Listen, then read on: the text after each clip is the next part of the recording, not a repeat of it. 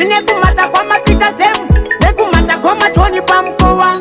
Makadini zenye kunotiri nani, salama leko salibonani. Injan, kanjan, matodalifu kenjan, machawato pira kunala para mdadani. Shitakwa batije kutakwa shakatakwa shakatakwa. Shinotaka shakasia na shinotitaka. Kitakwa bondo chinozia shinotitaka. Kutakwa mbora kushika bakoza mirisha.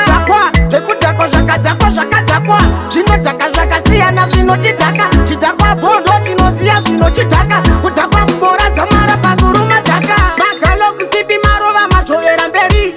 Nekuti hamuna kutenga ndari. Usadaro deri. Unotakwa zamara waita chitandari. Makanda ngemba modzi muchizimbiza na kwa iye zvidhakwa haipotsi. Haikona kudaro zawira usadaro wakuumburuka kundapwere une mororozi.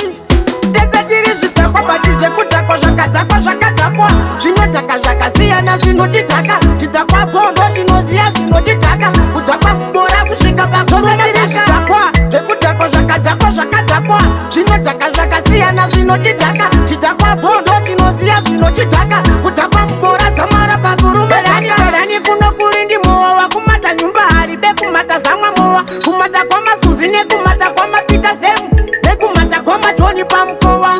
Makadini zenye kunotiri nani, salama leko salibonani. Injan, kanjan, matodalifu kenjan, machawato pira kunala para mdadani. Shitakwa batije kutakwa shakatakwa shakatakwa.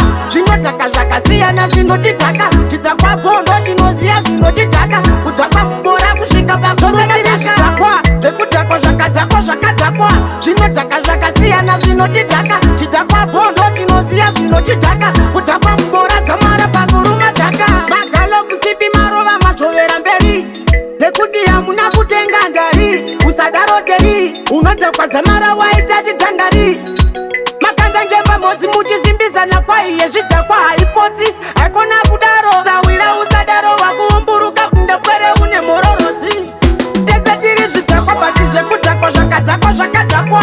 Zvinodhaka zvakasiyana zvinotidhaka.